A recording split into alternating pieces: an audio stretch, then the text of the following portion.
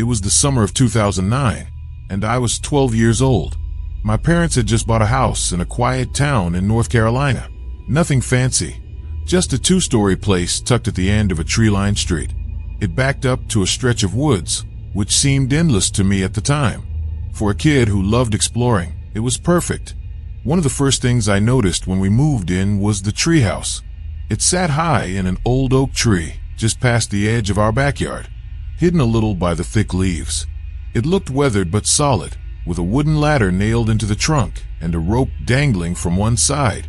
My dad said it probably belonged to the previous owner's kids, but I was free to use it. That treehouse became my hideout for the whole summer. I'd spend hours up there reading comic books, eating snacks, or just lying back listening to the crickets and birds.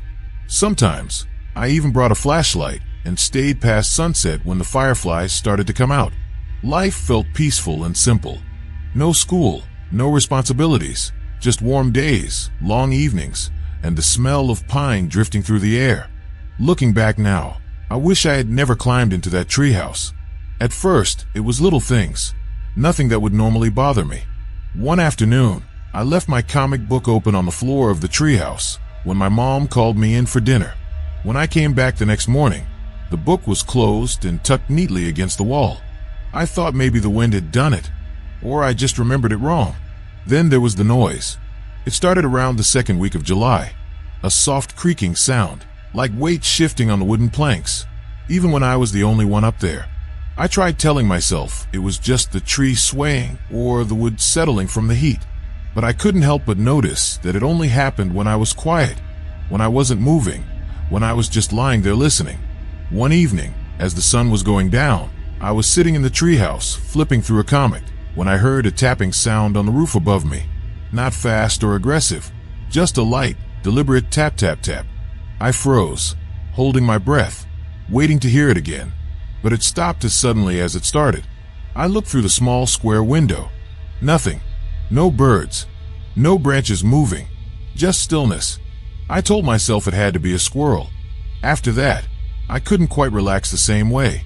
I still climbed up there, but I started keeping the flashlight with me even during the day. I didn't like how the shadows stretched across the floorboards in the late afternoon. The space, which once felt cozy and private, now felt too quiet, like I was being watched from just beyond the trees. The weirdest thing happened a few days later. I brought up a sandwich and a can of soda and left it on the floor while I leaned against the window. I only turned away for a minute, but when I looked back, the sandwich was gone. Not a crumb left. The soda was still there, unopened. I checked every corner, thinking maybe it had slid or fallen through a crack. Nothing.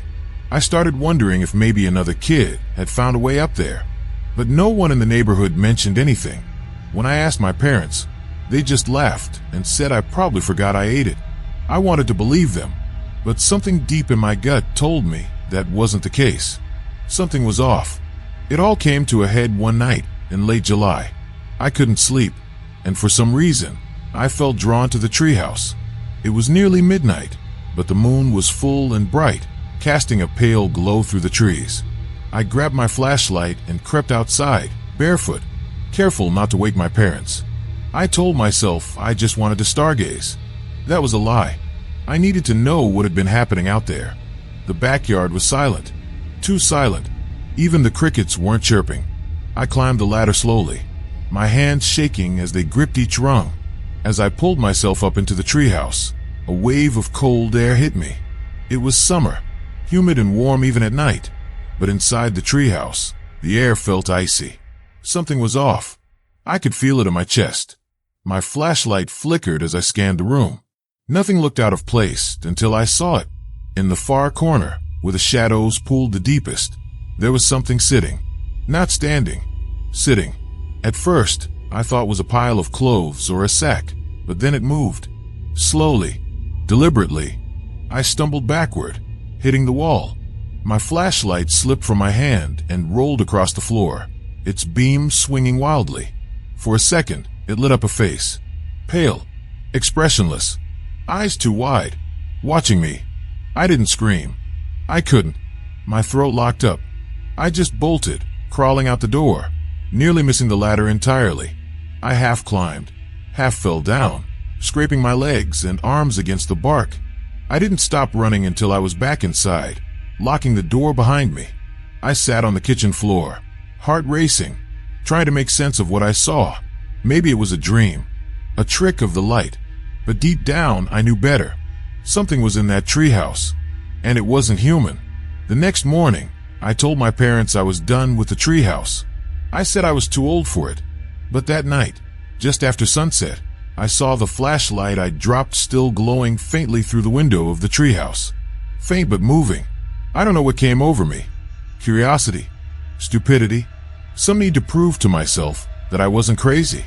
I grabbed my dad's old hunting knife from the garage and crept outside again. The air was thick, the woods too quiet. I climbed slowly, every step making the ladder creak louder than I remembered. My hand trembled as I reached the top and pushed open the hatch.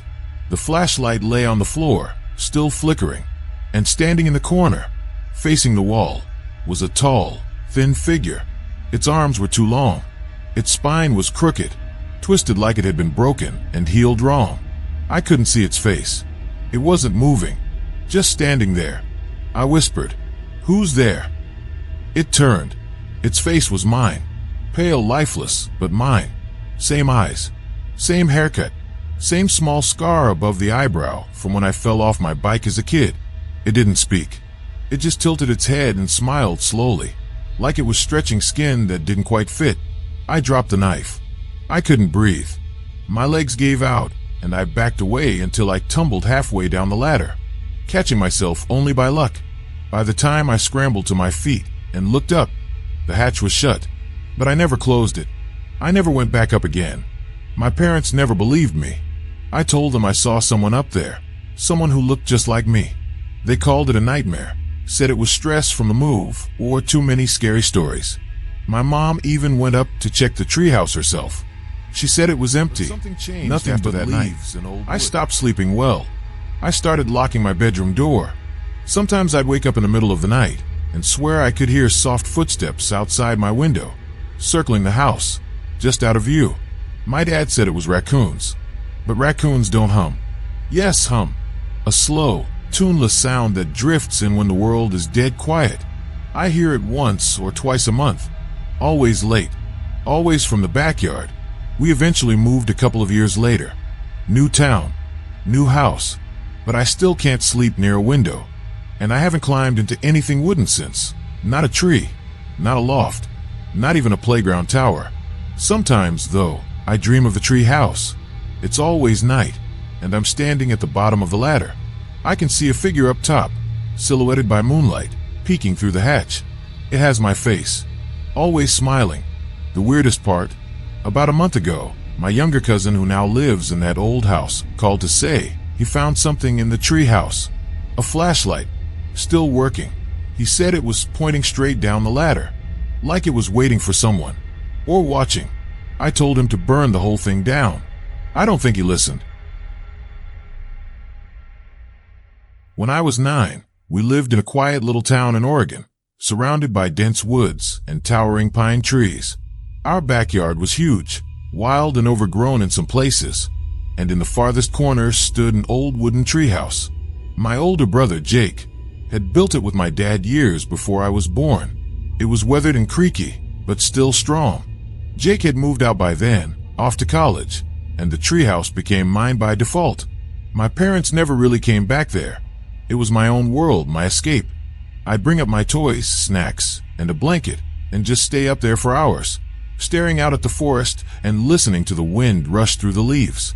There was something peaceful about it. The way the branches swayed around the little wooden box like they were hugging it. From inside, everything felt far away. No chores, no school, just me, the chirping birds, and the faint smell of moss and bark. I even started talking to myself up there, pretending I was a pirate or a spy, imagining wild adventures.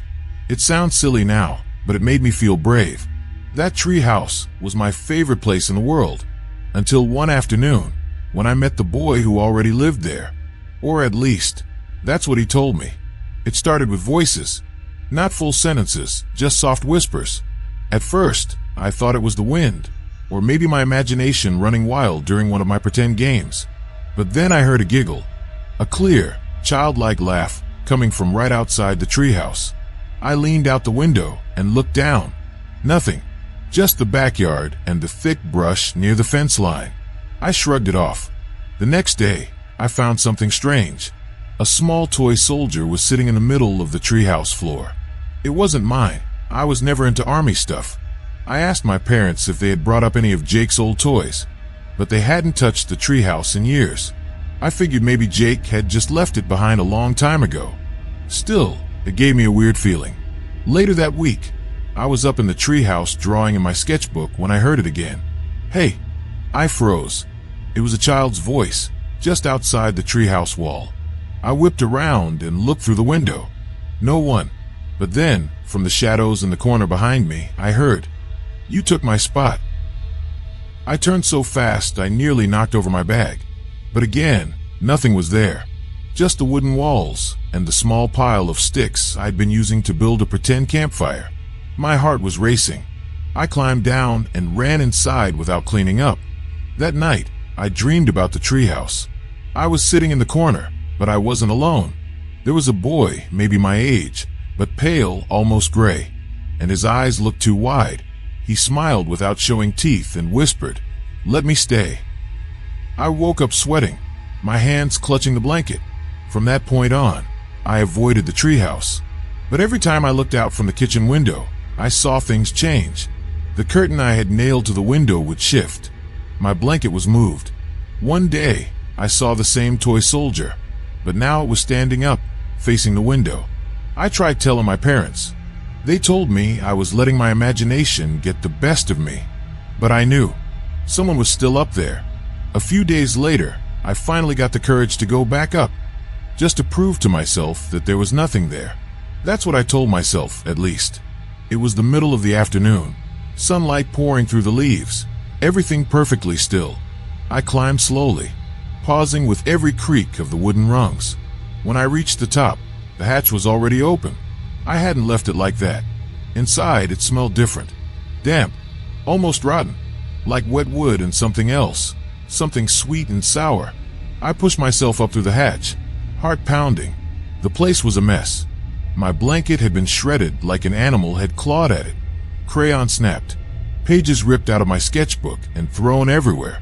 The toy soldier was now sitting in the middle of the room, facing the door, with a broken crayon clutched in its hand.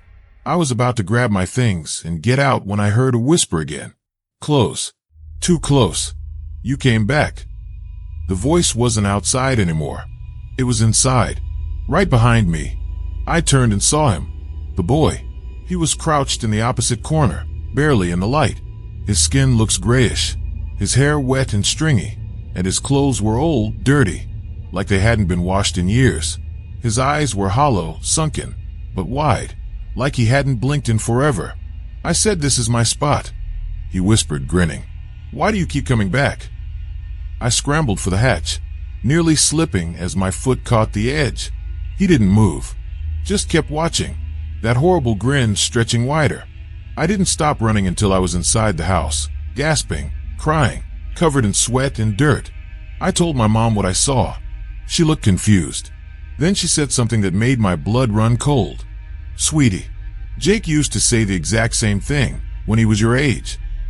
That night, I waited until my parents were asleep. I couldn't stop thinking about what my mom said, how Jake had seen the same boy. Why didn't they ever tell me?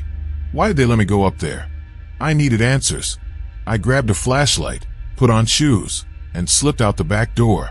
The treehouse loomed at the edge of the yard, barely visible in the darkness. The ladder looked older than ever, like it might fall apart under me. But I climbed anyway. The hatch creaked open on its own. When I stepped inside, the air was cold again. Too cold. My breath fogged in front of me. Even though it was a warm night, the walls seemed darker. The wood seemed wet. And then I saw him. The boy was standing in the middle of the floor, staring straight at me. His skin looked stretched, too tight across his face. His lips moved slowly, and I realized he was humming. That same tune I used to hum when I played alone. "You're just like him," he said. "He left, but you stayed." He stepped closer. His feet didn't make a sound. I stumbled back, slamming into the wall. "You came back," he whispered again. "You always come back." I pointed my flashlight at him, and at that moment, I saw dozens of small handprints on the walls. Faded, gray, like they'd been there forever. Everything went black. I felt something cold touch my arm, then another on my neck. I screamed, but no sound came out. When I woke up, I was lying on the ground beneath the treehouse. It was morning, bright, warm. Birds chirped like nothing had happened. My head was pounding, and my arms were scratched up from the fall. My mom came running out of the house, screaming my name, crying. I told her I must have sleepwalked, that I slipped. But the truth was, I didn't fall. Something let me go. The treehouse sat empty after that. My dad said he'd tear it down, but he never did. Months passed, then years. We moved when I turned 15, and I never saw that backyard again. Jake came home to visit a while after the fall. I asked him directly. I described the boy, his voice, his pale face, the way he hummed. Jake didn't speak for a long time. Then he nodded and said, he asked me to stay too. We never talked about it again. Now, sometimes in the middle of the night, I wake up gasping, heart pounding. Sure, I heard footsteps climbing a ladder that no longer exists. That faint humming tune still plays in my head, like it's echoing from a part of my brain I can't shut off. A few months ago, I got an email from the new owners of our old house. They said their daughter found something strange in the backyard, a small wooden toy soldier buried in the dirt. They wanted to know if it might have been mine. I never replied. Let them find out on their own. Let them climb the ladder. He'll be waiting. I grew up in rural Pennsylvania, in a farmhouse surrounded by acres of thick forest. My dad worked long hours, and my mom homeschooled me and my younger sister, Emma. We didn't have many neighbors, just quiet trees and winding dirt roads. It could feel lonely, but we got used to it. My dad built us a treehouse when I was 10, high up in a gnarled old maple on the edge of the woods. It wasn't fancy, but it had windows on all sides and a trapdoor we could pull shut. It became our favorite place to hang out. Emma and I would take books, snacks, and walkie-talkies up there and spend entire afternoons pretending it was our secret fort. The treehouse felt safe, high above the ground, tucked into the leaves where no one could see us. We could watch deer move through the trees or listen to the wind rustle the branches. Sometimes we even camped up there on warm summer nights, giggling under flashlights until we fell asleep. There was never any reason to be afraid of the woods. Not until the fall I turned 12. That was when Emma first mentioned the thing she saw in the trees. A figure she swore watched her from the forest's edge. We thought she was just playing games, until I saw it too. It started subtly. Emma told me she saw someone standing in the woods, just beyond the treehouse, watching her. She wasn't scared at first. She thought it was Dad playing a trick. But when she waved, the figure didn't move. It just stood there, half hidden behind a tree. I laughed it off, told her it was probably a deer or her imagination. But over the next week, her mood changed. She became quiet, jumpy, refused to go out to the treehouse unless I went with her. One day after our lessons, I asked her what was wrong. She looked at me and whispered. It smiles without moving its mouth. That night, I couldn't sleep. I kept thinking about what she said. Around midnight, I got up and looked out my bedroom window, which faced the woods. There was nothing, but just as I was about to turn away, I saw it. A tall, pale shape between two trees, perfectly still. I blinked. It was gone. The next day, I told myself it was a trick of the light, or maybe fog rolling through the trees. Still, I stayed closer to the house, and Emma stopped going outside altogether. One afternoon, I climbed up to the treehouse alone, trying to prove to myself there was nothing to be afraid of. Everything looked normal, until I noticed something scratched into the inside wall. I see you. The letters were jagged, uneven, like they'd been carved with something sharp, and recently.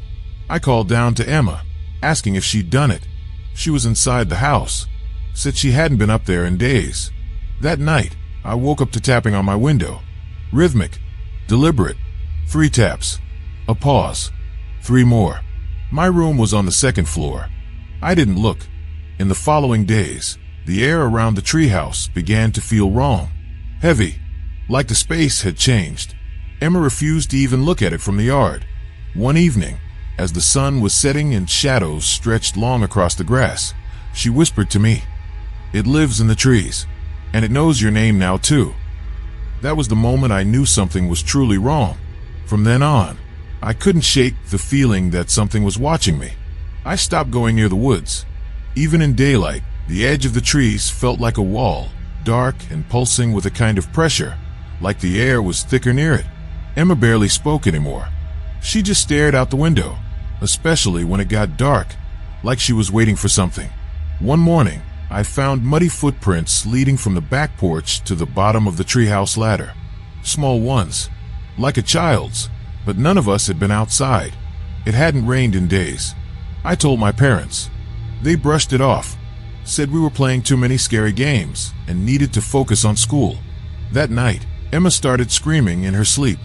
I ran to her room, and she sat up in bed, pale and shaking. She said it had climbed the treehouse, that it opened the trapdoor and looked down at her through the ceiling, even though our bedrooms weren't near the treehouse at all. I didn't sleep that night. I sat by my window, flashlight in hand, staring at the edge of the forest. And then I saw it again. A tall figure, too tall to be human, standing between two trees. This time it was closer, its head tilted slightly, like it was studying me.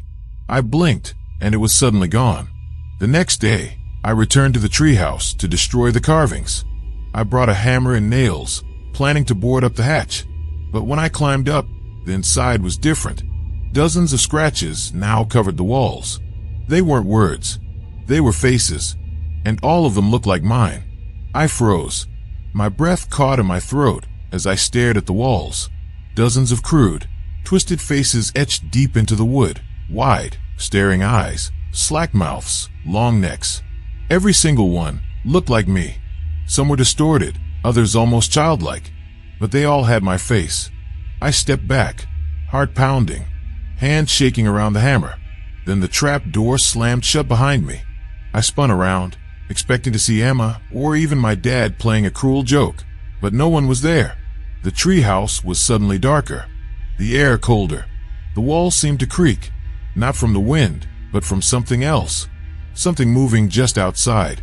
Then I heard the voice, not from outside, from under the floorboards. It was whispering, low, repeating the same thing over and over. "You let it see you. You let it see you. You let it." I dropped the hammer and backed toward the window, barely able to breathe.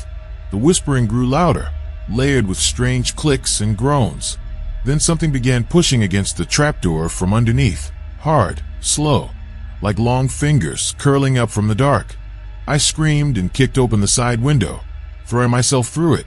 I landed hard, rolling on the ground, dirt in my mouth, my arm throbbing. When I looked up, the treehouse was perfectly still, silent. No whispering, no movement.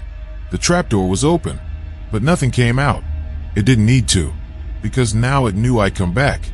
After that day, I never stepped near the treehouse again, not even close. My parents thought I fell, said the injuries on my arm were from climbing where I shouldn't have. I didn't argue. What could I say? That something in the trees had carved my face into the walls? That it whispered to me from beneath the floor? Emma and I stopped talking about it.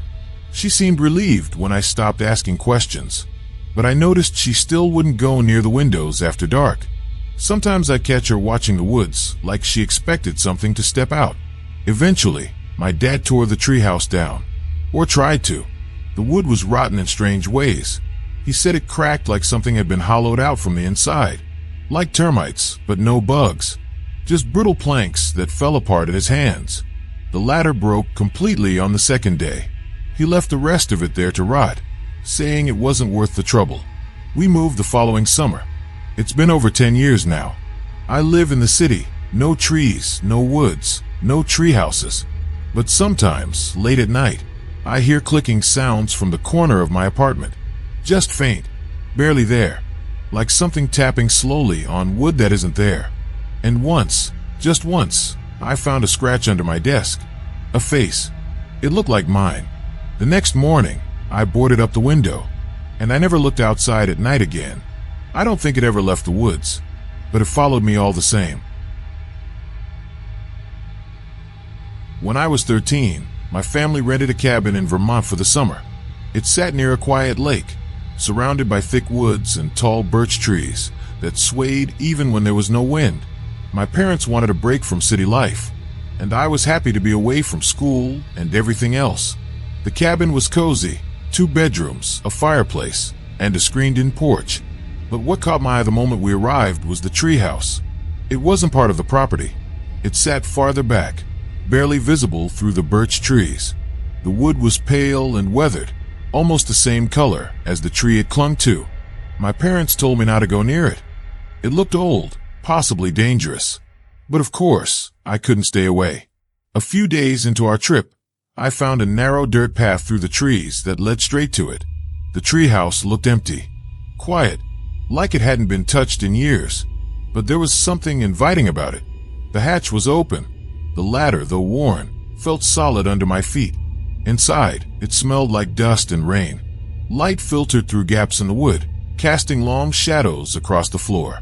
I sat there for a while, just listening to the forest and enjoying the quiet. And that's when I noticed the drawings, etched all over the walls, dozens of them, and they were all of her. At first, I thought the drawings were just a kid's old doodles. They were rough, scratched into the wood, with something sharp. The same girl repeated again and again. Shoulder-length hair, a long dress, big, empty eyes. In every drawing, she stood beneath the same birch tree, sometimes with her arms outstretched, sometimes staring straight ahead. I was weirded out, sure, but also curious. Who drew these? When? Why so many? There had to be at least 50 of them, maybe more, covering every wall. I went back to the cabin and asked my parents if they knew anything about the treehouse or who had lived here before. They didn't.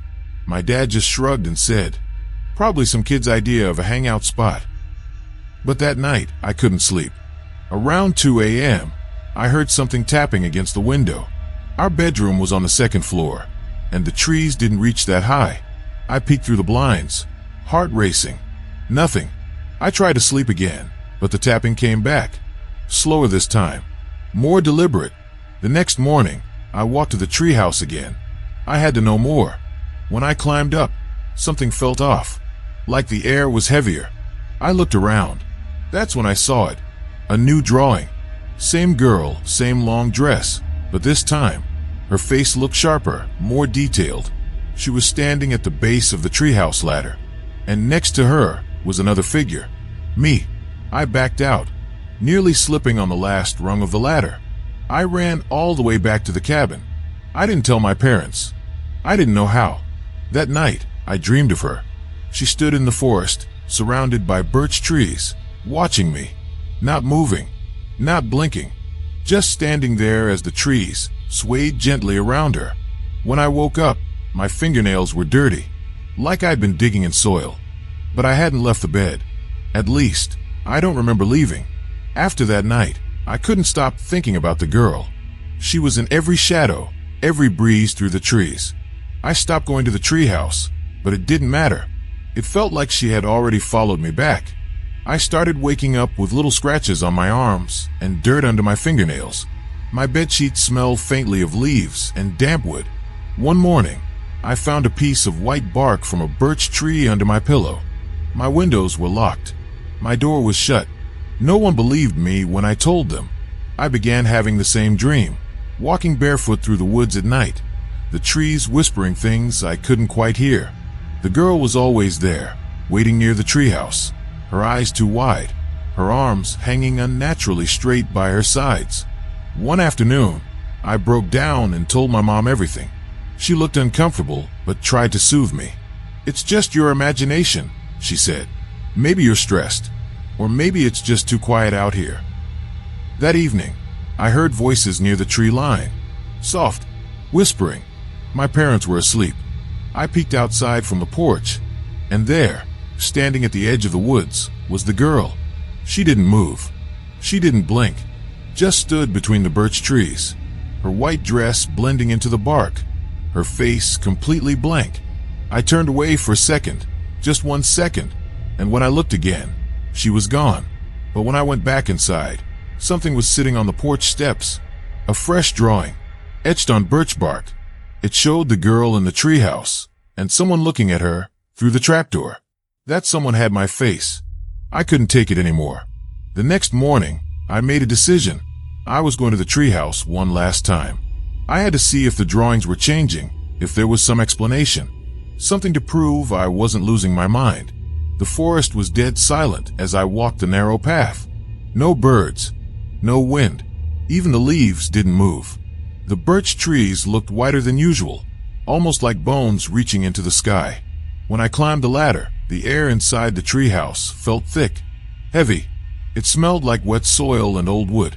And then I saw it, etched across the wall in large, frantic scratches. She lives here now. In the far corner, the girl's drawing had changed again. This time, she wasn't standing. She was crouching, smiling. Her eyes looked up at me, even though they were just lines carved into wood. That's when I heard it. A creak behind me, on the ladder. I spun around. No one, but something had shifted in the air. I could feel it. A coldness crept up from the floor, through my legs, into my chest. And then a voice. Not loud, not angry, just hollow. You came back. I dropped my flashlight. The floor beneath me groaned, like it wasn't strong enough to hold more than one person. I backed toward the hatch, heart racing, not daring to look at the walls anymore. But just before I jumped, I saw it in the corner of my eye. A face. Not a drawing. Not mine. Hers. I don't remember how I got down. 1 minute, I was staring at her face in the shadows. The next, I was on the ground on my back, gasping for air, my hands scraped and bleeding. The treehouse was still above me, quiet, empty. At least, that's what I told myself. I stumbled back to the cabin, slammed the door shut, and didn't sleep for the rest of the night. My mom said I must have fallen, but I know I jumped. I had to. She was there. We left Vermont a few days later. I didn't go near the woods again. Didn't look at that birch tree even once as we pulled out of the driveway. Back home, I thought things would go back to normal. They didn't. I started seeing birch trees in places they didn't belong. A single one standing behind the school. Another across the street from our apartment. Always alone. Always still.